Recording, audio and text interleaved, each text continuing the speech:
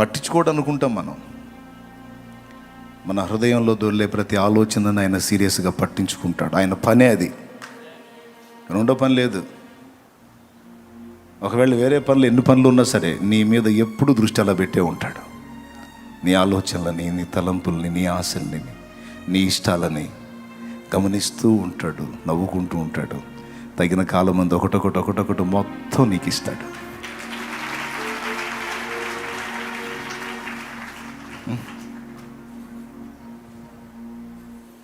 నా అనుభవం నేను చెప్పా. జస్ట్ ఈ ఒక్కటే కాదు, ఇన్ని ఈరోజుకు కూడా అందుకే చెప్తున్నా, నాకు ఇది ఇష్టం, అది ఇష్టం, నాకు ఇవి జరిగితే బాగుండు, ఇది వస్తే బాగుండు, అది అయితే బాగుండు, ఇలా ఉంటే బాగుండు, ఇది ఇలా కుదిరితే బాగుండు, ఇలా అయితే బాగుండు, అది బాగుండు, ఇది బాగుండు, అన్ని బాగుండులన్నీ ఉన్నాయి కదా నీ దగ్గర. ఈ బాగుండుల లిస్ట్ అంతా ఆయన దగ్గర ఉంటుంది. ఆయన దగ్గర ఉంటుంది.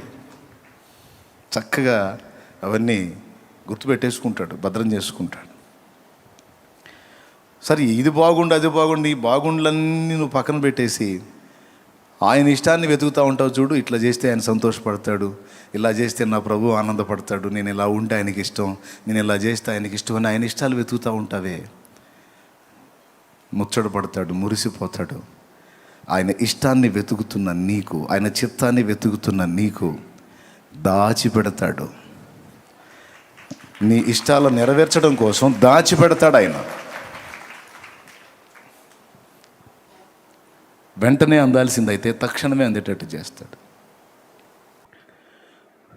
కొంచెం టైం తీసుకోవాల్సి ఉంటే నువ్వు ఆశించిన దాన్ని అలాగా దృష్టించి మౌనంగా ఉంటాడు. తగిన కాలమందు నీకు ఇస్తాడు. ఎట్లా అంటే లేఖనమే చెప్తుంది, అడుగు వాటి కంటేనో ఊహించు వాటి కంటేనో అత్యధికముగా దయచేయగల దేవుడు. నువ్వు అడిగింది గోరంత అయితే నా ప్రభు ఇచ్చేది కొండంత. అయితే ఇక్కడ షరతులు వర్తిస్తాయి. షరతు ఏంటి అంటే ఆయన ఇష్టాన్ని వెతికే తన బిడ్డల విషయంలో.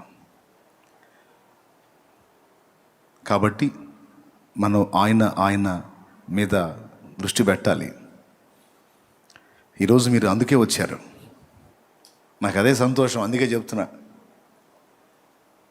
ఆయనే కావాలి, ఆయన సన్నిధి కావాలి, ఆయన ఆత్మ కావాలి, ఆయన బలం కావాలి, ఆయన ప్రసన్నతను అనుభవించాలి, ఆయన ప్రభావంతో నింపబడి బాగా పైసలు సంపాదించాలనే నో, నశించిపోతున్న ఆత్మలను రక్షించాలి, సాతాను కోటలు కోల్చాలి, దుష్టుని కార్యాలను అడ్డగించాలి, నశించిపోతున్న జీవితాలను ప్రభావితం చేయాలి, కూలిపోతున్న కుటుంబాలని కట్టాలి, ఆత్మహత్యలను ఆపాలి, త్రాగుబోతుల్ని రక్షించాలి, దుర్మార్గుల్ని రక్షించాలి, నరహంతకుల్ని రక్షించాలి, మార్చాలి.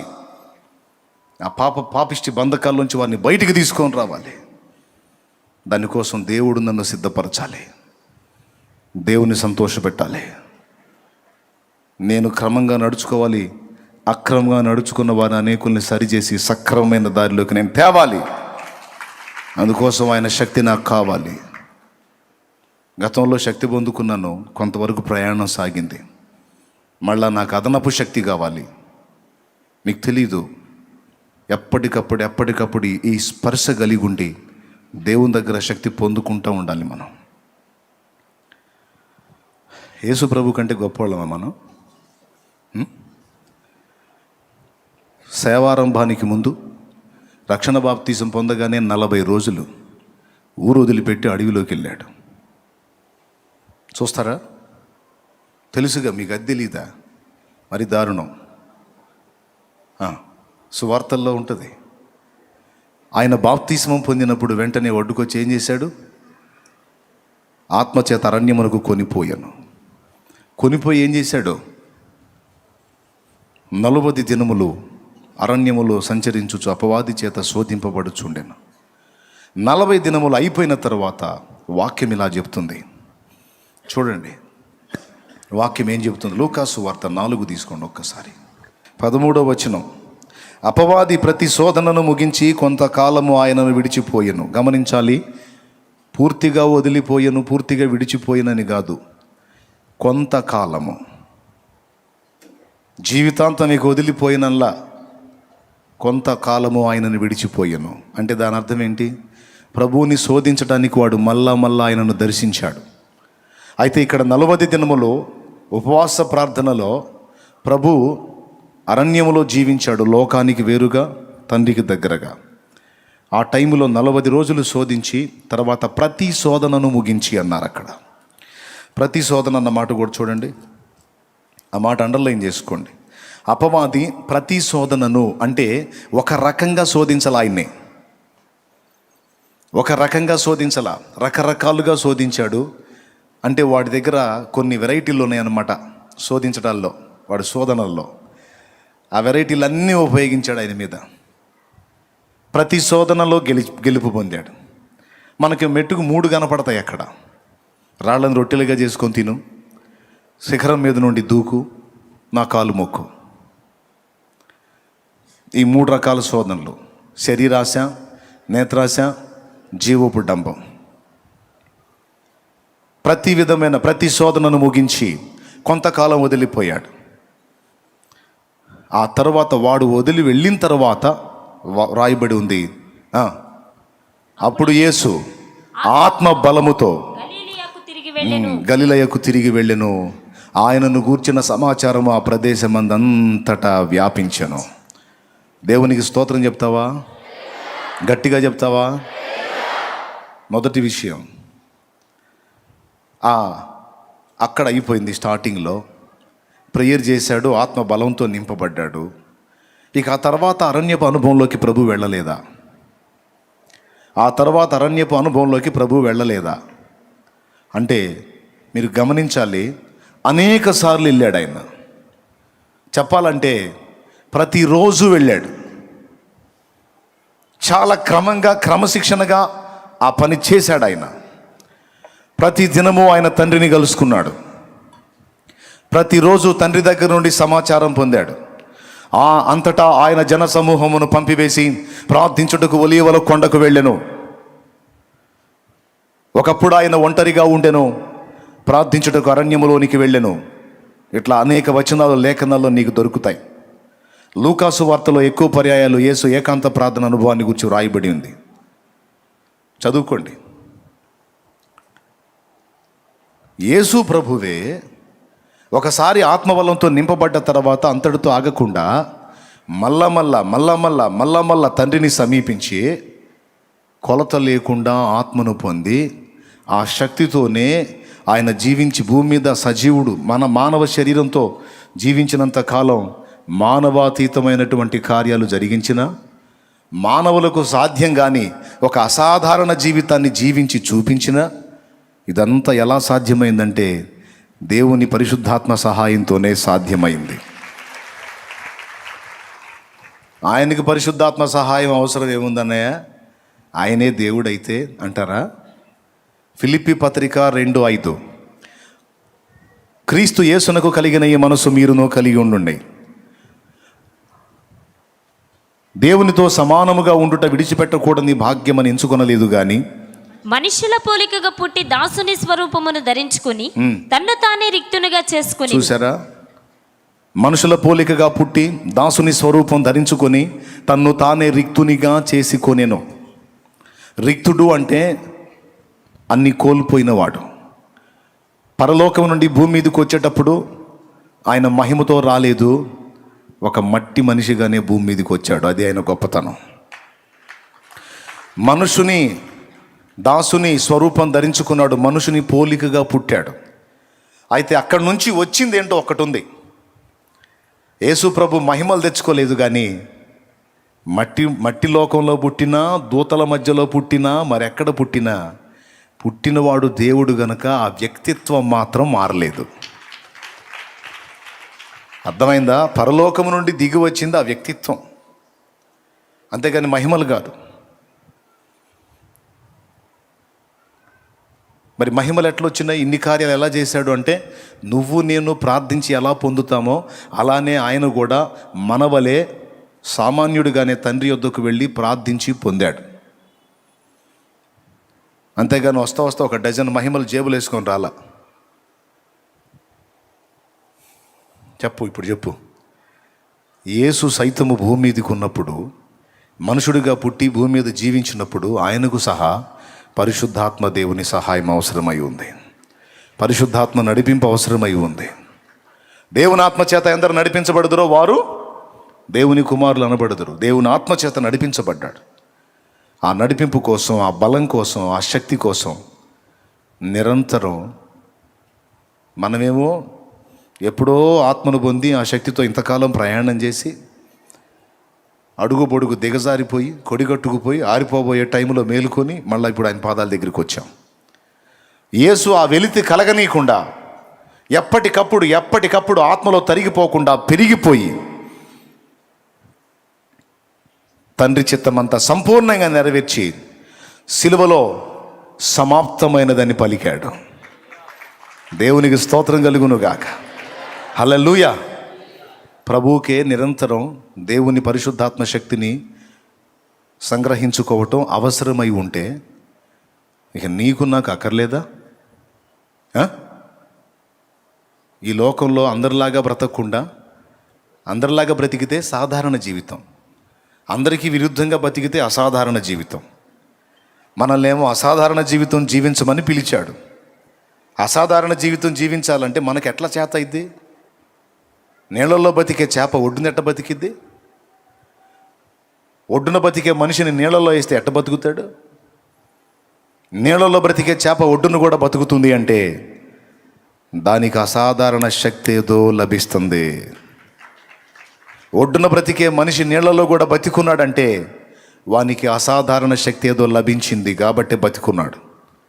అలాగే అందరిలాగానే పుట్టాము, అందరిలాగానే పెరిగాము, అందరిలాగానే బ్రతికాము, అందరిలాంటి అన్ని పరిస్థితులు చూస్తూ ఉన్నాం. కానీ అందరికీ వేరై జీవించాలంటే నీకు నాకు చేతనైద్దా?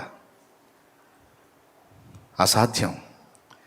కానీ అసాధ్యమైన ఆ జీవితాన్ని నేను సాధ్యపరుస్తానుక. ఎట్లా ప్రభువా? నీ శక్తి చేత బలము చేత కాదు,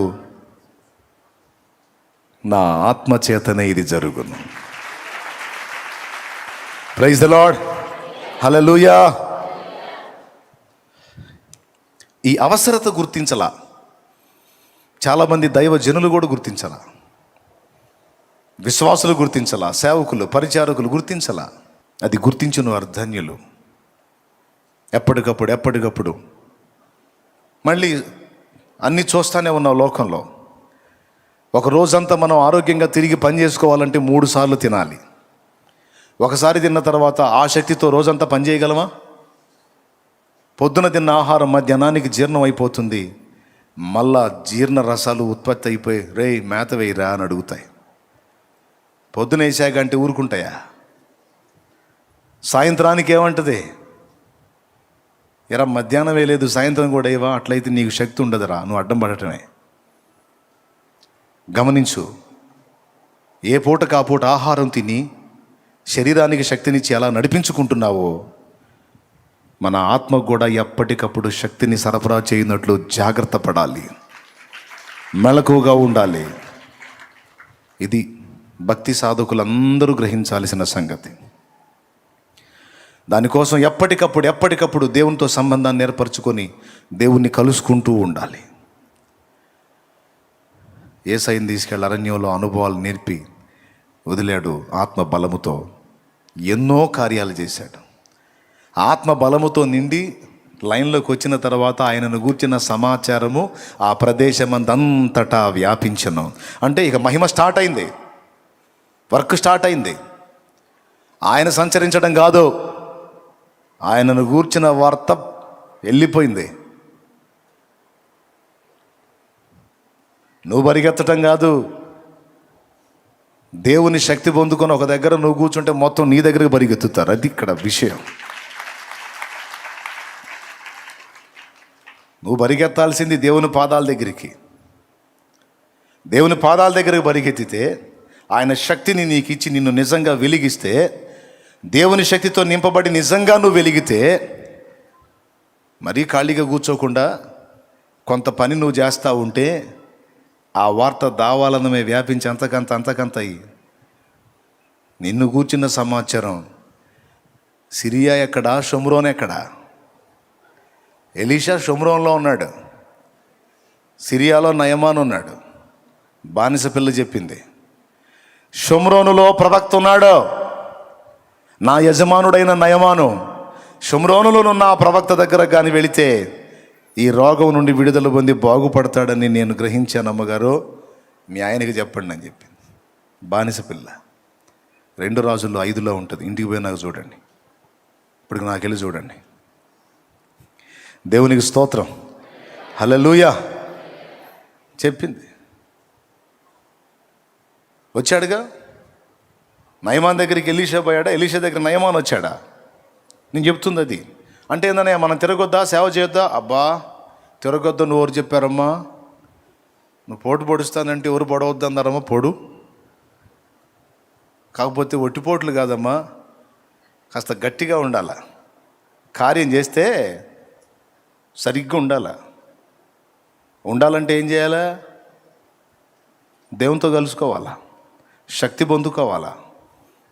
శక్తి పొందుకొని బయలుదేరితే అప్పుడు కదులుతాయి ఎక్కడెక్కడ వ్యవహారాలన్నీ. నువ్వు ఆ శక్తి పొందుకోవు, అసలు అది నీలో తరుగైన పోయిందన్న సంగతే నీకు తెలియదు. ఏదో చేయాలని పరిగెత్తి సగం బడ ఊడిపోయా. దేవునికి స్తోత్రం కలుగునుగాక, హల్లెలూయా. సగం బడ ఊడిపోయా, సగం బడ తెలిపోయిపోయా, సాధించింది ఏం లేకపోయా. కాదు, శక్తితో నింపబడాలి. దేవుని శక్తితో మనం నింపబడినట్లు అప్పటికి మనలో ఉన్నవన్నీ కూడా దేవుడు మొదట ఖాళీ చేయాలి. ఖాళీ చేసి ఆయన తన శక్తితో నిన్ను నింపాలి. దేవునికి మహిమ, హల్లెలూయా.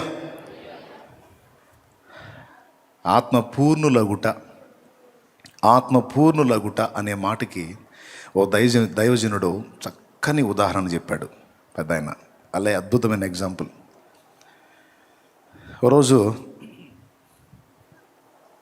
ఆత్మపూర్ణులగుట, దేవుడు మనల్ని నింపాలని ఈరోజు ఇక్కడ కూర్చోబెట్టాడు ఆయన శక్తితో, ఆయన ప్రభావంతో. నింపడానికి ముందు కొన్ని ఖాళీ కావాలని మనలో ఎదురు చూస్తాడు ఆయన. మనం ఏం చేస్తామంటే ఎక్కడ సరికా ఎక్కడదక్కడే కలిగి ఉండి శుద్ధీకరణ జరగాల్సిన వాటన్నిటినీ జరగనీయకుండా నింపు ప్రభువా అని రోజు అలవాటుగా పొద్దున్నే ఒక ప్రార్థన చేస్తాం. నీ పరిశుద్ధాత్మ నింపు ప్రభువా, నీకు స్తోత్రం అని అన్ని అంశాలతో పాటు అదొక అంశంగా చేసి లేచి వెళ్ళిపోతాం. ఈ గ్లాసులో మీకు ఏం కనపడుతుంది? సరిగ్గా చెప్పండి. ఎంతవరకు ఉన్నాయి నీళ్ళు? దాదాపు ఇది 5 భాగాలు అయితే 4 భాగాలు నీళ్ళే ఉన్నాయి, లేదా 4 భాగాలు అయితే 3 భాగాలు ఉన్నాయి, 1 భాగం ఖాళీ ఉంది. అవునా? ఇట్లాగా మనం ఆల్రెడీ సరుకుని, రకరకాల సరుకుని నింపేసుకొని, మరీ కొంతమంది అయితే కాస్త నీళ్ళు పోయినాయన గ్లాసులో పోసి. Thank you.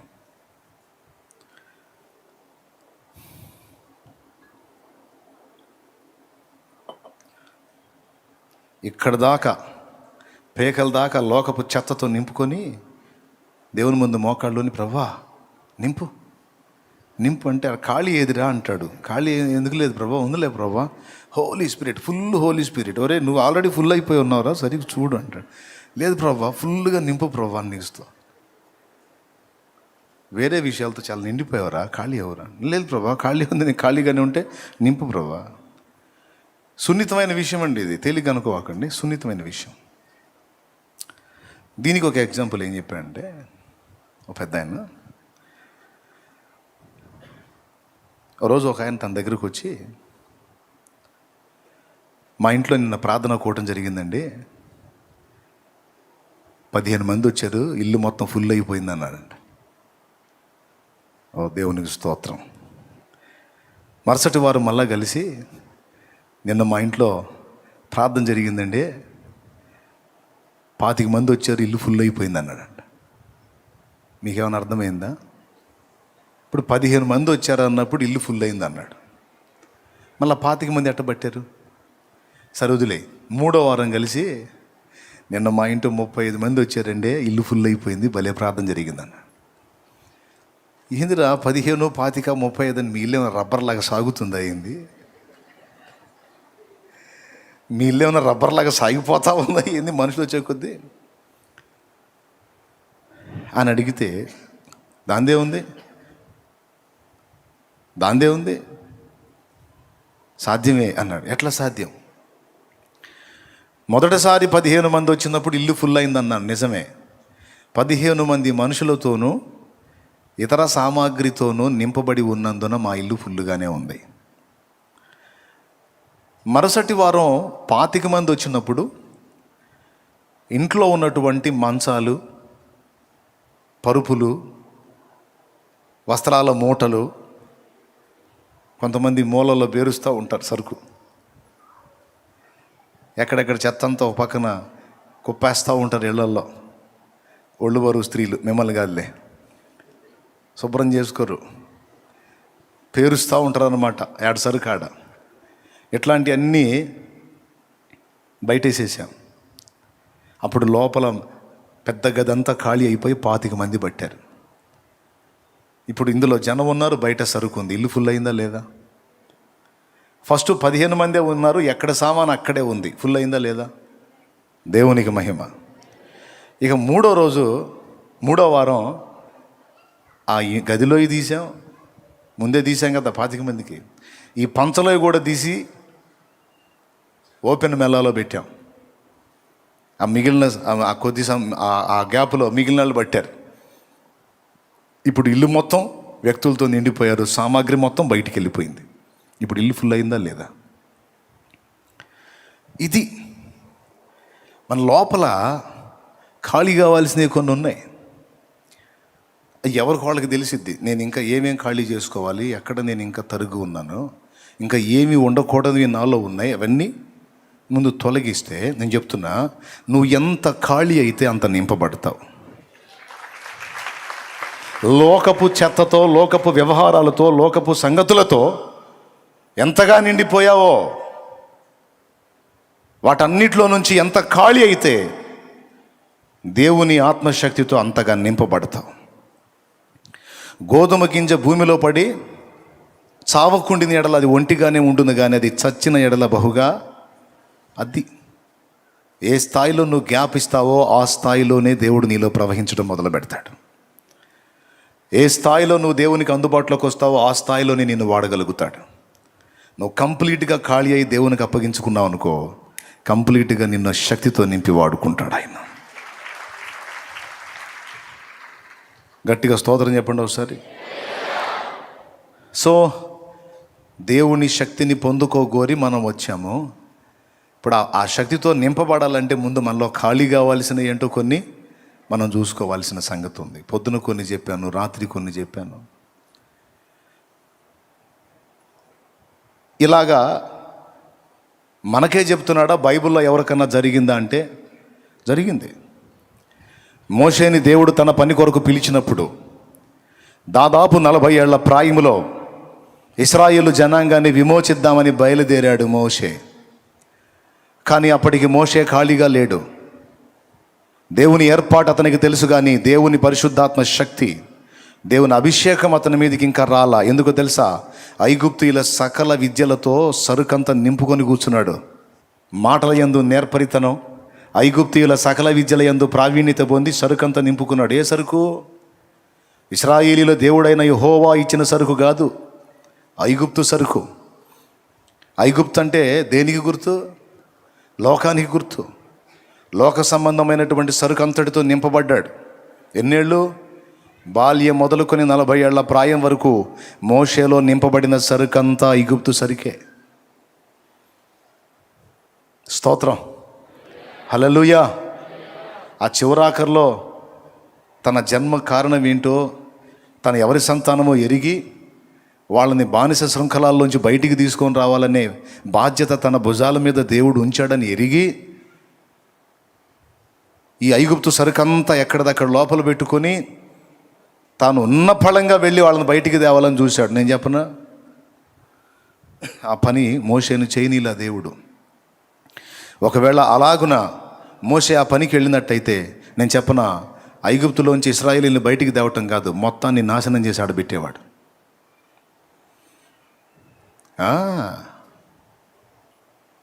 అందుకే దేవుడు ఏం చేయాల్సి వచ్చిందో తెలుసా? ఓ చిన్న కార్యాన్ని అనుమతించి అక్కడి నుంచి మోషే జంప్ అయ్యేటట్టు చేశాడు. పక్కకి తీసుకెళ్ళాడు మోషేని. ఎక్కడికి తీసుకెళ్ళాడంటే అరణ్యపు అనుభవంలోకి తీసుకెళ్ళాడు. 40 ఏళ్ళు 40 ఏళ్ళు నింపబడ్డ సరుకుని మోషేలో ఖాళీ చేయడానికి మరో 40 ఏళ్ళ టైం తీసుకోవాల్సి వచ్చింది దేవుడు. దేవునికి మహిమ కలుగును గాక. కష్టపడి 40 ఏళ్ళు సరుకు నింపుకుంటే, లోకపు సరుకు 40 ఏళ్ళు ఒట్టిగా ఉంచి అదంతా పోయేటట్టు టైం తీసుకొని 80 ఏళ్ళకి ఇక మోషే ఒక నిశ్చయితకు వచ్చేసాడు. ఇక మన దగ్గర ఏం లేదు. ఐగుప్తీయుల సకల విద్యలలో మాంత్రిక విద్య ఒకటి. మంత్రగాడికి మాట చాలా అవసరం, మంత్రప్రయోగానికి ఉచ్చారణ చాలా అవసరం. ఇప్పుడు ఉచ్చారణ చేయటానికి పళ్ళు కూడా కదిలిపోయిన పరిస్థితి అనుకుంటాను నాకు తెలిసి. అందుకే నోటి మాంద్యం గలవాడిని అన్నాడు. కంటి చూపు తగ్గలేదు, కాలి సత్తువ తగ్గలేదు అని 2 సంగతులే చెప్పాడు మోషేకి. ఇక పళ్ళు ఒళ్ళు సంగతి చెప్పలా, కళ్ళు కాళ్ళ గురించే చెప్పాడు. మరి అక్కడ పరిస్థితులు ఎట్టున్నాయో మీరు అక్కడ పోయినాక అడగండి, ఇక్కడ నన్ను అడగండి. దేవునికి స్తోత్రం. గట్టిగా చెప్పాలి ఒకసారి, హల్లెలూయా. 120 ఏండ్లు మోషేకి కంటి చూపు తగ్గలేదు, కాలి సత్తువ తగ్గలేదు అన్నాడు. ఇక పళ్ళ సంగతి చెప్పాలా మరి? అంటే పళ్ళు వృద్ధాప్యంలో కదిలిపోవటమే కాదు, కొంతమందికి ఏది పడితే అది తిని పళ్ళు ఖరాబ్ అయిపోయి పటకారా పెట్టి పీకేస్తూ ఉంటారు. కొంతమంది వాళ్ళే దారాలు పెట్టి అయి పెట్టి లాగేసుకొని పళ్ళు తీసేసుకొని ముఖం వాసేసుకొని వచ్చి కనపడుతుంటారు నాకు. ఏంటంటే ప్రార్థన చేయన్నయ్య, ఏం చేసాడు, దారం పెట్టి లేక ఊడొచ్చింది కానీ మొత్తం వాసింది, స్వస్థపరచురు. ప్రయోగాలు చేస్తుంటారు. మొత్తానికి ఏ ప్రయోగం చేశాడు ఏం ఓడగొట్టాడు. ఐగుప్తీయుల సకల విద్యలలో మాంత్రిక విద్య ప్రఖ్యాతిగాంచింది. సకల విద్యలు నేర్చుకున్నాడని ఉంది. అంటే అందులో బహుశా మోషేకి మాంత్రిక విద్య కూడా తెలిసి ఉండాలి. ఒకవేళ వాటన్నిటిని ఉపయోగించి తెద్దామనుకుని ఉండొచ్చు, అవన్నీ ఉడకవు. అందుకే దేవుడు తీసుకెళ్ళి మొత్తాన్ని ఖాళీ చేశాడు. చివరికి మండుచున్న పొదలో అగ్ని జ్వాలల నడిమి దేవుడు మోషేకి ప్రత్యక్షమైనప్పుడు మోషే మెంటల్ కండిషన్ ఎలా ఉందో తెలుసా? ఇక నా వల్ల ఏమీ కాదు, ఇక దేవుడు తీసుకుంటే చచ్చిపోవటమే అనే మెట్టుకొచ్చాడు. ఆయనే రాశాడు 90వ కీర్తన, పాడాడు. నరుని ఆయుష్కాలము 70 సంవత్సరములు, అధిక బలమున్న 80 ఏళ్ళు.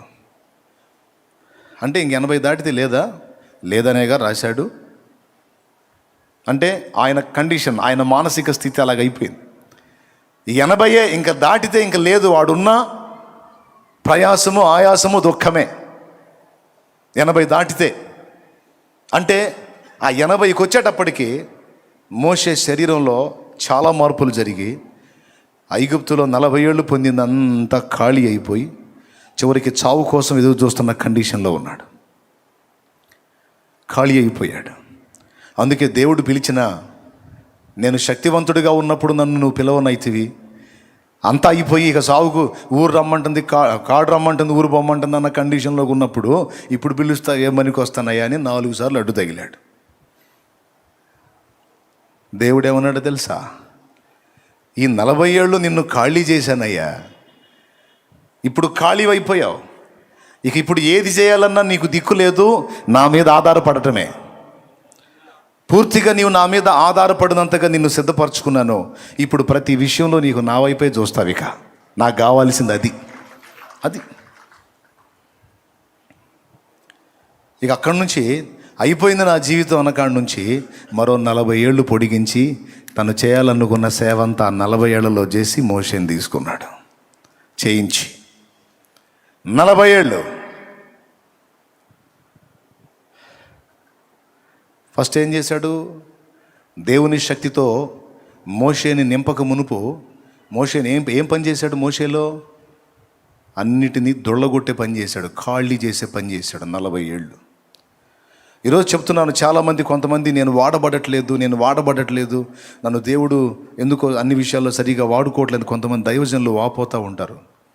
చింతపడొద్దు, దేవుడు నిన్ను ఖాళీ చేస్తున్నాడు. ఒకవేళ దేవుడు ఖాళీ చేయటం పని సంపూర్తి అయిన తర్వాత రెండో పని స్టార్ట్ అయింది. ఖాళీ చేసిన దేవుడే తిరిగి తన శక్తితో నింపటం మొదలు పెడతాడు. మొదట ఖాళీ చేస్తాడు, తర్వాత నింపుతాడు, నింపిన తర్వాత పంపుతాడు. అప్పుడు వాడబడతావు నువ్వు బలంగా. ఇస్తాడు అవకాశం, ఇస్తాడు. సేవకులకు చెప్తున్నాను, చాలామంది దైవజనులు ఉన్నారు కనుక విశ్వాసులకు కూడా చెప్తున్నాను, దేవుని శక్తి మనలో నింపబడాలని వచ్చి కూర్చున్నాం కదా, దానికి ముందు నువ్వు ఖాళీ కావాలి. లోకపు చెత్త నీలో చాలా పెరిగిపోయింది, అది గుర్తుపట్టి దాన్ని అంతటిని నువ్వు తొలగించుకునే విధంగా సిద్ధపడాలి అని దేవుడు అడుగుతున్నాడు. ఒకసారి గలతీ పత్రిక మీరు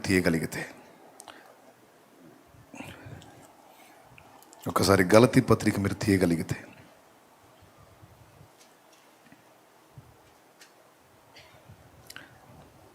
మొదటి అధ్యాయము 15, 16, 17 వచనాలు చూడు. అయినను తల్లి గర్భమునందు పడినది మొదలుకొని నన్ను ప్రత్యేకపరిచి తన కృపచేత నన్ను పిలిచిన దేవుడు నేను అన్యజనులలో తన కుమారుని ప్రకటింపవలనని ఆయనను నా యందు బయలుపరపను అనుగ్రహించినప్పుడు మనుష్య మాత్రులతో నేను సంప్రదింపలేదు. నాకంటే ముందుగా అపోస్తలులైన వారి యొద్దకు యెరూషలేమునకైనను వెళ్ళలేను గాని వెంటనే అరేబియా దేశంలోనికి వెళ్ళి తిని పిమ్మట దమస్కు పట్టణమునకు తిరిగి వచ్చి తిని. దేవునికి స్తోత్రం కలుగును గాక. హల్లెలూయా.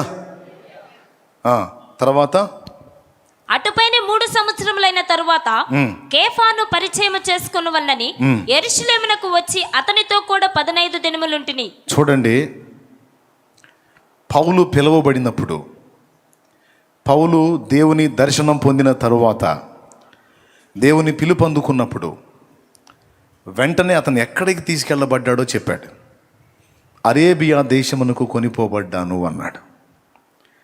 అరేబియా దేశం కొనిపోబడ్డ తర్వాత తిరిగి వచ్చిన తర్వాత మరో 3 సంవత్సరాలు గడిచిన తరువాత కేఫాను కలుసుకున్నాడు. దేవునికి మహిమ. అంటే దేవ దర్శనం పొందుకున్న తర్వాత, దైవ ప్రత్యక్షత పొందుకున్నాక, దేవుని వాక్కు పొందుకున్నాక వెంటనే వెళ్ళి అపోస్తలుని కలుసుకొని వెంటనే సేవలోకి హడావుడి కాలేదు. కానీ ముందు అక్కడి నుంచి అరేబియా దేశంలోకి వెళ్ళాడు. ఆ తర్వాత వచ్చి 3 ఏళ్ళు ఎవరిని కలుసుకోవాలా. అంటే టోటల్గా పౌలు దర్శింపబడిన తరువాత 3 నుంచి 3.5 సంవత్సరం లేక 4 సంవత్సరాల పాటు ఇంచుమించు మెయిన్ లీడర్స్ని ఎవరిని కూడా అతను టచ్ అవ్వలేదు. దాదాపు అతను చెప్పిన మాటను బట్టి చెప్తున్నాను. ఆ తర్వాత వెళ్ళాడు. ఈ 3.5 లేక 4 సంవత్సరాల కాలం ముఖ్య నాయకుల్ని కలుసుకోకుండా పౌలు ఏం చేశాడు? పౌలు ఎందుకని దేవుడు అలా ఉంచాడు అంటే, పౌలు విషయంలో కూడా దేవుడు అదే పని చేశాడు. గమలీయేలు పాదముల దగ్గర ధర్మశాస్త్రం అంతా ఎక్కించుకొని ఉన్నాడు. ఎవరు? పౌలు. గమలీయేలు పాదాల దగ్గర శిష్యరికం చేసి, శుశ్రూష చేసి, ధర్మశాస్త్రము దాని సంబంధమైన నీతి నియమం అంతా ఎక్కించుకొని ఉన్నాడు. అదంతా ఖాళీ చేయటానికి కొంత టైం దేవుడు తీసుకున్నాడు. ఖాళీ అయిన తర్వాత దేవుడు తన ప్రభావంతో, తన శక్తితో నింపి పౌలుని అద్భుతంగా వాడుకున్నాడు. ఎంత అంటే 1 కొరింథీ 3లో పౌలే చెప్తాడు, మహనీయుడు, నేర్పరి అయిన శిల్పకారుని వలె. నేర్పరి అయిన శిల్పకారుడు, మంచి పనితనం కలిగిన శిల్పకారుడు ఎలాగో నన్ను అలాగా చేశాడు సంఘపు పునాదుల విషయంలో నా దేవుడు అన్నాడు. దేవుడు తన శక్తిని, తన అభిషేకాన్ని, తన ప్రభావాన్ని ఒక వ్యక్తికి ఇవ్వక మునుపు ఆ వ్యక్తిలో లోక సంబంధమైన వాటన్నిటినీ దొళ్ళగొట్టుట లేదా తొలగించుట, వెళ్ళగొట్టుట అనే కార్యం తప్పనిసరిగా చేస్తాడు. మోషే జీవితంలో మనం ఇది చూస్తాం, పౌలు జీవితంలో చూస్తాం. మోషే దేవుని పరిశుద్ధాత్మ కలిగిన వాడు, ఆయన శక్తి కలిగిన వాడు అని నీకు తెలుసా? ఎప్పుడు పొందుకున్నాడు? అరణ్యపు అనుభవంలో 40 ఏళ్ళు మొత్తం లోపల ఉన్నాయని ఖాళీ అయిపోయిన తర్వాత దేవుడి శక్తిని నింపి పంపించాడు ఐగుప్తుకి. విచిత్రం చూడండి, ఐగుప్తులో నుంచి బయటకు వచ్చాడు మోషే. ఐగుప్తులోంచి బయటకు వచ్చాడు, మిథ్యానుకు వచ్చాడు. జాగ్రత్తగా వినండి ఒక్క ముక్క. ఐగుప్తులో నుండి మోషే మిథ్యానుకు వచ్చాడు. ఇప్పుడు ఆయన ఐగుప్తులో ఉన్నాడా, పక్కకు వచ్చాడా? నోరు తెరిచి చెప్పండి. వచ్చాడా? విచిత్రం చెప్పనా? ఐగుప్తులో నుంచి అయితే పక్కకు వచ్చాడు, కానీ ఆయనలో ఐగుప్తు అలానే ఉంది. అర్థమైందా? ఐగుప్తు దేశంలో నుండి పక్కకు వచ్చాడు, కానీ ఐగుప్తు తాలూకు వ్యవహారం అంతా మోషేలోనే ఉంది. దాన్ని మోషేలో నుంచి ఖాళీ చేసి, ఉదాహరణకి ఐగుప్తాన్ని తీసేయి, లోకం అని పెట్టుకో. అక్కడ లోకంలో నుంచి మనల్ని ప్రత్యేకపరిచాడు. ఇప్పుడు మనం లోకంలో నుంచి వేరుపరచబడ్డాం, కానీ మనలో ఉన్న లోకం ఇంకా వేరు కావాల్సి ఉంది. మోషేని ఏం చేశాడు తెలుసా? ఐగుప్తులోంచి బయటికి తెచ్చాడు. మోషేలో ఉన్న ఐగుప్తును బయటికి తీశాడు. తర్వాత తన శక్తిని నింపి మళ్ళీ ఐగుప్తులోకే పంపించాడు. లోకంలోంచి మనల్ని వేరు చేశాడు. మనలో ఉన్న లోకాన్ని తొలగిస్తాడు. మనలో తన ఆత్మశక్తిని నింపుతాడు, తన వాక్కును నింపుతాడు. నింపి మళ్ళీ మనల్ని లోకంలోకి పంపిస్తాడు. అది దేవుని పద్ధతి. కొంతమంది ఏం చేస్తారు? ఇది గుర్తించకుండా, అసలు ఇది పట్టించుకోకుండా, అందులోంచి పక్కకు వచ్చాను కదా అని ఇంకా దేవుని శక్తితో నింపబడకుండా, లోపల ఖాళీ కాకుండా, కొంత ఇది కొంత అది రెండు కలిగి ఉండి పోయి లోకాన్ని ఉద్ధరించడానికి బయలుదేరతారు. దానికి దేవుడు చెప్పాడు, మీరు యెరూషలేము నుండి వెళ్ళక, అపోస్తల కార్యములో 1వ అధ్యాయం 4-5 వచనాలు. మీరు యెరూషలేము నుండి వెళ్ళక, నా వలన వినిన తండ్రి యొక్క వాగ్దానము కొరకు కనిపెట్టండి. చూసారా? మీరు యెరూషలేము నుంచి వెళ్ళొద్దు. గమనించాలి, మీరు యెరూషలేము నుండి వెళ్ళొద్దు. వెళ్ళకేం చేయాలి? నా వలన మీరు విన్న తండ్రి యొక్క వాగ్దానము కొరకు కనిపెట్టుడి. తర్వాత యోహాను నీళ్లతో బాప్తిస్మం ఇచ్చెను గాని కొద్ది దినముల్లోగా మీరు పరిశుద్ధాత్మలో బాప్తిస్మము పొందెదరనెను. దేవునికి మహిమ. ఎన్ని రోజులు కనిపెట్టారు ఒకసారి చెప్పాలి నాకు. వారు ఎన్ని రోజులు కనిపెట్టారు మేడగది మీద? 40వ రోజు ప్రభు ఆరోహణమై వెళితే ఆ రోజు మొదలుకొని పెంతెకోస్తు పండుగ అంటే 50వ రోజు వరకు, అంటే 10 రోజులు కనిపెట్టారు. ఎన్ని రోజులు? 10 రోజులు. 10 రోజులు వాళ్ళు దేవునికి అందుబాటులో ఉన్నారు. దేవా, ఇంకా మాలో ఏం ఖాళీ కావాలో అదంతా ఖాళీ చేయి, మమ్మల్ని శుద్ధి చేయి, మాకు నీ ఆత్మను ప్రసాదించు, మాకు నీ శక్తిని నింపు. నువ్వు శక్తిని ఇవ్వకపోతే లోకంలోకి వెళ్ళి నీ నామాన్ని మయంపరచలేం అని కూర్చున్నారు. కూర్చున్నప్పుడు 10వ రోజు ఏం జరిగింది? అగ్ని నాలుకల వలె విభాగింపబడి వారందరి మీద ఉరాలాడు. ఒక మాట చెప్పండి, యేసు ప్రభు మీదికి పరిశుద్ధాత్మ వచ్చినప్పుడు ఎలా వచ్చాడు? పెద్దగా చెప్పాలి, పావురాకారంతో వచ్చాడు. మరి వీళ్ళ మీద కూడా పావురాకారంతో రావాలి కదా. మరి వీళ్ళ మీదకి అగ్ని రూపంలో ఎందుకు వచ్చాడు? అగ్ని 2 కార్యములు జరిగిస్తుంది, గుర్తుపెట్టుకోండి. అగ్ని 2 కార్యాలు. 1 చెత్తను కాల్చి వేస్తుంది, 2 శక్తిని పుట్టిస్తుంది అగ్ని. హల్లెలూయా, హల్లెలూయా. అది రహస్యం. 2 జరగాల అపోస్తలలో. యేసయ్య మీదకి అగ్నిలాగా అవసరం లేదు, ఆల్రెడీ పరిశుద్ధుడు, ఏ పాపము లేని పరిశుద్ధుడు, పాపులందరికీ రక్షణకర్త, విమోచకుడు, దారి. అగ్ని అంత పవిత్రుడు, అందుకే పావురాకారంతో వచ్చాడు. పరిశుద్ధతకు, పరిశుద్ధాత్మకు గుర్తు పావురం. తెలుసా మీకు? పావురాకారంతో వచ్చాడు. కానీ అపోస్తలుల మీదకి అగ్ని రూపంలో దిగొచ్చాడు. 2 కారణాలు. వారిలో దహించబడాల్సింది ఉంది, శక్తి కావాల్సింది కూడా ఉంది. అగ్ని ద్వారా ఈ 2 జరుగుతాయి కనుక అగ్ని రూపుగా వచ్చి వాళ్ళని దహించాల్సినంత మట్టుకు దహించి వారికి ఇక శక్తినిచ్చి ఇప్పుడు బదండి అన్నాడు. గట్టిగా దేవుని మహిమపరచు. ప్రభువుకే మహిమ, ప్రభువుకే మహిమ. హల్లెలూయా, హల్లెలూయా, హల్లెలూయా. అది ఇప్పుడు నేను మొదట తీసుకున్న మాటలన్నిటికీ ఇక్కడ ఒక ముగింపు. దీన్ని బట్టి ఏమర్థమవుతుంది? దేవుడు 2 పనులు మనలో జరిగించాలి. కాల్చివేయాల్సిన వాటిని కాల్చివేయాలి, కలిగించాల్సిన శక్తిని ఆయనే కలిగించాలి. మనకు అగ్నిలో బాప్తిస్మం ఇవ్వాలి, ఆత్మబలంతో నింపాలి. ఇవి జరగాలి. అప్పుడు ఏం జరిగిద్ది అంటే, శుద్ధీకరణ పొందారు, శక్తితో నింపబడ్డారు, పెద్ద చాకిరి చేయలే. ఈరోజు గిలగిల గిలగిల గిలగిల కొట్టుకొని 3000 ప్రసంగాలు చేస్తే ఒకడు సరిగ్గా మారట్లా. ఆ మారినోడు 24 వంకర్లు తిరుగుతున్నాడు ఆత్మీయ జీవితంలో. పెద్ద చాకిరి చేయాల, ఒక్క పావుగంట కూడా లేదా ప్రసంగం. పేతురు చేసిన ప్రసంగం కొడితే ఒక్కటే దెబ్బ, ఒకే దెబ్బ 3000 మంది వరుస పెట్టి, నాకు తెలిసి బాప్తీసం ఇయ్యలేక చచ్చి ఉంటారు. అప్పుడు దేవునికి స్తోత్రం కలుగును గాక. ఉన్న రహస్యం అంతా ఇక్కడ ఉంది. అది నేను మొత్తుకుంటుంది. ఎన్నిసార్లు చెప్పినా మొత్తుకొని చెప్తుంది.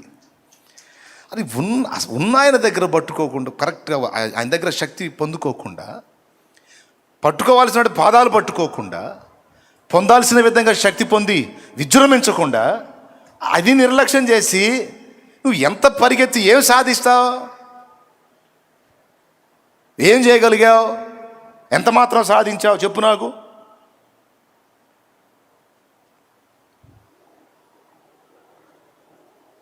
ఈరోజు గందరగోళం అయిపోతున్నాం. చాలా సులువుగా దేవుని పని చేశారు వాళ్ళు. చాలా తేలిక, సింపుల్గా. పరిశుద్ధాత్మ సహాయం ఉంటే నీకు పెద్ద అసాధ్యమైనది చాలా సింపుల్గా అయిపోయింది. ఆత్మాభిషేకం పొందినోడి రహస్యం అది. అది ఈటెలు, కత్తులు, డాళ్ళు, బళ్ళాలు, బరిసెలు తీసుకొని ఇశ్రాయేలుకు జై అని 40 రోజుల నుంచి మొత్తుకుంటున్నారు. ఒట్టి జైలే. యుద్ధం చేసింది లేదు, గెలిచింది లేదు. ఏమేం తీసుకొని ఉన్నారు? కత్తులు, ఈటెలు, బళ్ళాలు, బాణాలు, బరిసెలు, గందరగోళం, అన్ని సరుకంతా పెట్టుకొని కూర్చున్నారు. ఎవరు తక్కువ వాళ్ళు కాదు, వాళ్ళు ఎవ్వరు వలగాల. ఆత్మశక్తితో నింపబడ్డాడు. జస్ట్ అందరి గాలి ఒక్క దెబ్బకి నిలువున తీశాడు. నాకు తెలిసి ఫిలిస్తీయులకు అవమానం ఏమో కానీ ఆ ఇశ్రాయేలు సైన్యం గాలి, సౌలు గాలి మొత్తం తుస్సుమని పోయింది దావీదు చేసిన పనికి. అంటే వీళ్ళందరికీ అన్నీ ఉండి కూడా అసాధ్యమైన ఒక పెద్ద పని. దేవుని పరిశుద్ధాత్మ ప్రభావంతో నింపబడిన వాడు చిన్న రాయి తీసుకొని తొలగించి, ఏముంది దీనికోసం 40 రోజుల నుంచి గందరగోళం అయ్యారు మీ బొందా అన్నాడు. దేవునికి స్తోత్రం కలుగునుగా. అది ఎట్లా సాధ్యం అవుతుందన్నా నీకు అని ఇంకా కాస్త గీరినా సరే నీకు సమాధానం రాదు. ఎట్లా సాధ్యం అన్నా నీకు, ఎట్లా సాధ్యం అన్నా అంటే నాకు సాధ్యం నేను చెప్పానా? అయిన సాధ్యం అంతా ఆయన వల్లనే అయింది, ఆయన శక్తి వల్లనే అయింది, ఆయన బలం వల్లనే అయింది. అందుకే నేర్చుకోమని చెబుతున్నాను. అట్లా కాకుండా ఇంకెవడేం ట్రిక్కులు చేస్తున్నాడు, ఎవడేం ప్లే చేస్తున్నాడు, ఎవడేం గ్యాంబ్లింగ్లు చేస్తున్నాడు, మనం కూడా ఈ రూట్లో పోతే ఏమన్నా కాస్త వర్కౌట్ అయిద్దా, కాస్త లైన్ అవుతాం. ఈ దిక్కుమాల ఆలోచనలు తీసి దెబ్బలో కొట్టి కాస్త ఒరిజినల్గా దేవుని శక్తి పొందుకొని, ఒరిజినల్గా తైలం పొందుకొని ఫలించడానికి ప్రయత్నం చేయండి అని పిలుపునిస్తున్నాడు దేవుడు. చెవులు గలవాడు ఆత్మస్వరం వినుగాక. హల్లెలూయా. కాబట్టి దీన్ని గుర్తిరిగి జాగ్రత్త పడదాం. ఎంత తేలిగ్గా చేసేసారు చూడండి. ఒక రౌండ్లో 3000 మంది, ఇంకొక రౌండ్లో చిన్న అద్భుతం, ఒక కాళ్ళు లేని వాళ్ళు లేపి నిలబెట్టారు అంతే. ఇంకేం చాకిరి చేశారు వాళ్ళు? ఏమైనా చేశారా? వాళ్ళకై వాళ్ళు ఏమైనా చేశారు చెప్పండి మీరు? ఊరక వాళ్ళు తోలుబొమ్మలాగా అటు పోతున్నా ఇటు వస్తున్నా సరే, వాళ్ళు నీడబడ్డా సరే వాళ్ళని బాగు చేశాడు. రోగుల్ని బాగు చేసి ఈ మామూలు మనుషుల్ని, ఈ మత్స్యకారుల్ని, ఈ సామాన్యుల్ని ఒక గొప్ప ప్రభావంతో కూడిన వ్యక్తుల్లాగా ఆయన చూపించాడు.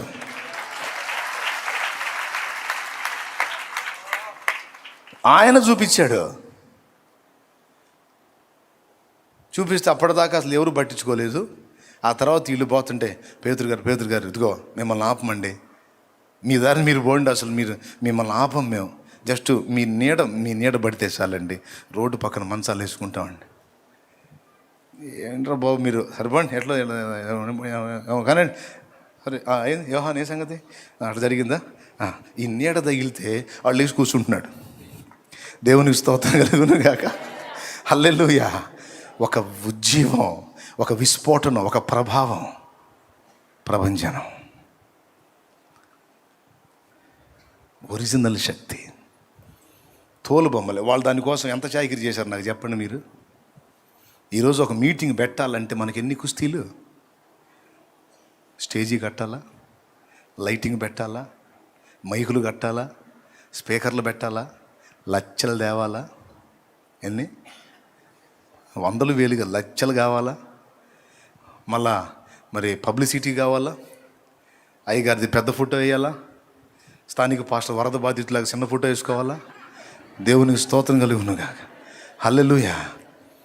మరి అంతే కదా, అంత హడావుడి గందరగోళం చేయాలా?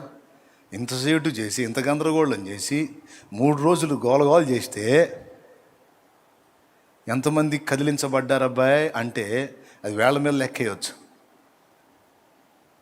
వాళ్ళకి మైక్ గొట్టాలు లేవు, స్పీకర్ బాక్సులు లేవు, బ్రాండెడ్ స్పీకర్లు లేవు, ఏమండి ఫారెన్ స్పీకర్లు లేవు, లే. ఇప్పటికీ నాకు అర్థం కాదు, ఆ పేతురు మాట్లాడితే అన్ని వేల మందికి ఎట్టిన పడిందో నాకు అర్థం కావట్లా. ఎట్లని పడి ఉంటుంది అంటారు మీరు చెప్పండి ఒకసారి. ఏ సౌండ్ సిస్టమ్ లేకుండా 3000 మంది ప్రజలకు వాక్యం అందించటం సాధ్యమా? ఎప్పుడు రాలేదా మీకు ఈ డౌట్? వచ్చిందా? ఏం సమాధానం వెతికారు దానికి? నేను చెప్పనా? పరిశుద్ధాత్మ అగ్నితోనూ మంచుతోనూ పావురంతోనూ రకరకాలుగా పోల్చబడ్డాడు. ఆ పోలికల్లో వాయువు, గాలి, అర్థమైందా? వాయువు తన దాసుడు నిలబడి మాట్లాడుతున్నప్పుడు ఒక పక్క తన దాసుని వాడుకుంటానే ఈ నోటి నుండి వెలువడేటువంటి మాటలు ఉన్నాయే, వాయువు ద్వారా వింటున్న వారి చెవుల్లోకి వెళ్ళేటట్టు చేశాడు ఆయన. పరిశుద్ధాత్మ కార్యమే అదంతా పరిశుద్ధాత్మ కార్యమే. నువ్వు కావాలంటే చూడు, గాలి వాళ్ళకి నిలబడి మాట్లాడు, సౌండ్ సిస్టమ్ లేకుండా అందరికి వెళ్ళిపోయింది మాటలు. ఏం విజయ్ పదా ట్రై చేయి. దేవునికి మహిమ. మరి ఏ వాళ్ళు నిలబడి మాట్లాడితే ఆ ఎన్నాళ్ళ చెవుల్లోకి వెళ్ళిందో, ఎంత వెళ్ళినా వాళ్ళకి నిలబడి ఎంత మాట్లాడినా అన్ని వేల మందికే. యేసయ్య మాట్లాడినప్పుడు అన్ని వేల మంది విన్నారు. ఏ స్పీకర్లో ఉన్నాయండి? ఏ సౌండ్ సిస్టమ్ ఉంది? ఈరోజు 100 మంది చర్చికి కాస్ట్లీ స్పీకర్లే లక్షలు ఉండేదేమో 100 మందికేమో అంత కాస్ట్లీ. అంత కాస్ట్లీ పెట్టి మొత్తుకున్నా ఎవడు కదలటల్లా. అది కాస్ట్లీ స్పీకర్ లేవు, ఏమీ లేవు. మనకన్నా ఈ ఆకులు రేకులన్నా ఉన్నాయి, వాళ్ళకి అవి కూడా లేవు. దేవునికి స్తోత్రం కలుగును గాక. హల్లెలూయా. అమ్మో, ఏం కదలిక, ఏం ఉజ్జీవం! ఒరిజినల్గా పరిశుద్ధాత్మ సహాయం. భక్తులను వాడుకొని పలికించిన వాడే పలికిన వాక్కులన్నీ వినేవాళ్ళ చెవుల్లోకి, హృదయంలోకి వెళ్ళేటట్టు చేశాడు. అందుకే పొడవబడి ఒక రౌండ్లో 3000, మరో రౌండ్లో 5000 కదిలి ఊళ్ళు కదిలిపోయినాయి. దేవునికి మహిమ. నువ్వు దేవుని కొరకు ఒక మంట మండాలంటే రూట్ ఇది. నిజంగా ఒరిజినల్ ఉజ్జీవం నువ్వు చూడాలంటే రూట్ ఇది.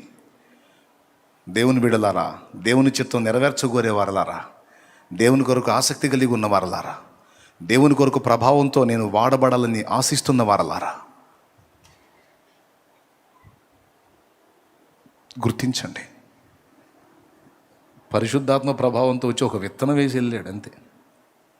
తోమా జస్ట్ ఒక అగ్ని అట్లా రాజేశాడు, ఎప్పటికీ మండుతానే ఉంది. చూడండి, దాన్ని ఆర్పటం ఎవ్వడి వల్ల కాల. మతోన్మాద శక్తులు ఈరోజు కొత్త కాదు. తరతరాల క్రైస్తవ సంఘ చరిత్రలో మతోన్మాద శక్తుల తిరుగుబాటు, క్రైస్తవ్యాన్ని అణిచివేయాలనుకోవటం, బైబిల్ని లేకుండా చేయాలనుకోవటం, క్రీస్తు సువార్తను నిర్మూలన చేయాలనుకోవటం ఈరోజు కొత్తగా, ఈరోజు ఏదో మురిగే రకాలు మురుగుతున్నాయని ఇది కొత్తగా ఇప్పుడు చూసేవాడికి ఇది కొత్త. తరతరాల సంఘ చరిత్రలో ఇవన్నీ పాత సంగతులే. ఆగినాయా? సుబ్బరావమ్మ పాటలు పాడా. మూర్ఖులకు తెలియదు క్రైస్తవ్యం పుట్టుక, క్రీస్తు శిలువ శ్రమలలోనే పుట్టె సంఘ కన్యక. మత మూర్ఖులకు తెలియదు క్రైస్తవ్యం పుట్టుక, క్రీస్తు శిలువ శ్రమలలోనే పుట్టె సంఘ కన్యక. ఘోరమైన శ్రమలైన మాకు కొత్త కాదురా, ఘోరమైన శ్రమలైన మాకు కొత్త కాదురా. ఒక మనిషిని చంపితే 1000 మంది అగునురా, ఒక జ్యోతిని ఆర్పితే 1000 జ్యోతులెలుగురా. దేవునికి మహిమ. బొల్లపల్లిలో సుబ్రహ్మ హతసాక్షి అయినప్పుడు దేవుడిచ్చిన తలంపులతో పాడిన పాట. ఆ జ్ఞాపకార్థంగా అట్లాగా రాశాం. దేవుడిచ్చాడు తలంపు, అందులో దొరికింది అద్భుతమైన చరణం. ఆరిపోయారా? వాళ్ళ చేత అయిందా? ఆర్పాలనుకున్న వాళ్ళందరూ ఆరిపోయారు. వాళ్ళ పక్కన వాళ్ళ కింద జ్యోతులు పెట్టి అశ్రుతాంజలి అని పెట్టారు. దేవునికి స్తోత్రం, స్వర్గస్థులైనందుకు చింతిస్తున్నామని పెట్టారు.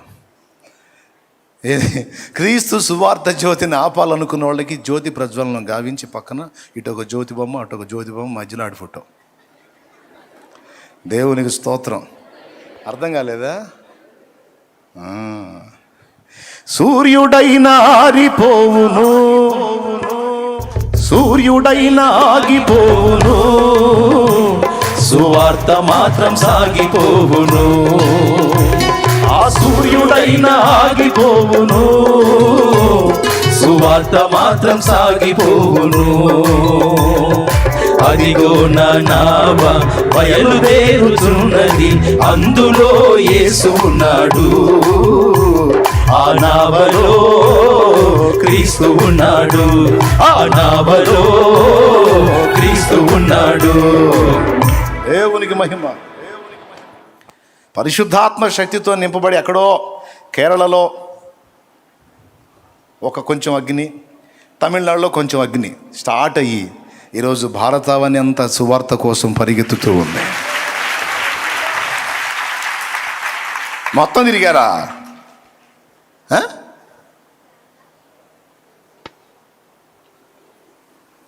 ఈరోజు మన అంతర్జాతీయ ప్రసంగికులు ఎంతమాత్రం ప్రభావితం చేశారండి.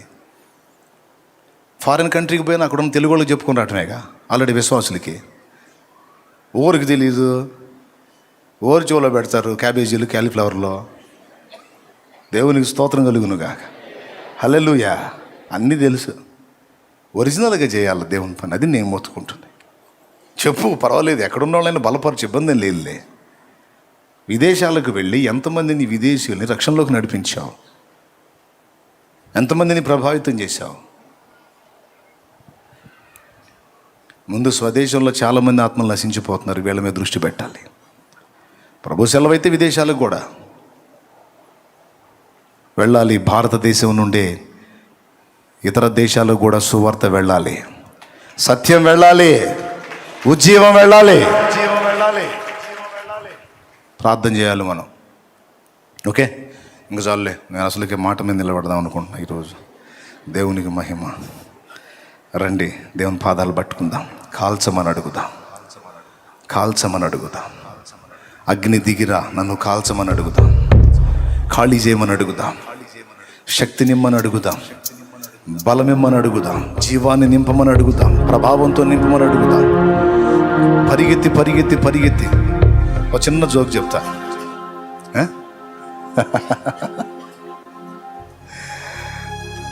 రాత్రంతా నడి సముద్రంలోకి వెళ్ళి వల్లేశారు కదా, ఒక్క చేప కూడా పడలా. ఎంత దారుణం అంటే అంత దారుణం. ఒక్క చేప కూడా. మరి కనీసం ఒకటన్నా పడిద్దిగా, ఒక్కటి కూడా పడలా. అవునా? నడి సముద్రంలోకి వెళ్ళి వేస్తే దేవుడు సహాయం చూడండి. యేసయ్య చెబితే అస్సలు ఉండటానికి అసంభవమైన ప్రదేశంలో కూడా నీ కోసం నువ్వు మొయ్యలేనని చేపలు ఉంటాయి. అది ఆశ్చర్యం ఏంటంటే పేతురికి ఏం అర్థం కాక 2 దోణెలు నింపబడినంతగా ఒక దోణెలో ఎక్కనిస్తే పక్క దోణిలో కూడా నింపి పెట్టాడు 2 అంతలో. వెంటనే వెళ్ళి పేతురు ప్రభు ముందు మోకాళ్ళుని, ప్రభువా నన్ను విడిచిపో, నేను పాపాత్ముణ్ణి అన్నాడు. ప్రభు ఏమన్నాడు తెలుసా? ఇప్పటికైనా సిగ్గొచ్చింది, పనికి మాలోడా, సరే పో అనలా. నువ్వు పాపివా పరిశుద్ధుడు అన్న ప్రస్తావనే లేదు. రా, నిన్ను మనుషులను పట్టు జాదరిగా చేస్తాను. హల్లెలూయా, హల్లెలూయా. నేను చేస్తారా నాన్న నిన్ను. ఈ చేపలేం చూసావు, ఈ చేపలేం చూసావు, నీ చేత మనుషుల్ని పట్టిస్తాదా అన్నమాట నెరవేర్చాడు. చూడు, 2 రౌండ్లు 8,000 మంది ఆత్మల్ని పేతురికే కదా ఇచ్చాడు. ప్రభు శక్తి తోడై ఉంటే నువ్వు ఎంత పరిగెత్తినా సాధ్యం కాంది. నువ్వు కూర్చున్న దగ్గర కూర్చొని అయ్యా అంటే చాలు, మొత్తం అదే పరిగెత్తుకుంటా వచ్చింది నీ కాళ్ళ దగ్గర. యేసు నామములో హల్లెలూయా, హల్లెలూయా. దేవుని సంబంధమైనటువంటి శక్తితో నింపబడి దేవుని పాదాల దగ్గర పెనుగులాటం నేర్చుకుంటే అది దేవుని ఆత్మల సంబంధమైన విషయమే కాదు, నీ భౌతికమైనవైనా సరే సమస్తం కూడా పరిగెత్తుతాయి నీ దగ్గరికి. అవి యేసు నామములో ఇది గుర్తించి జాగ్రత్త పడి దేవుని దగ్గర అన్ని సరి చేసుకుని మళ్ళుకో దేవుని వైపు. కృప మనకు తోడై ఉండును గాక.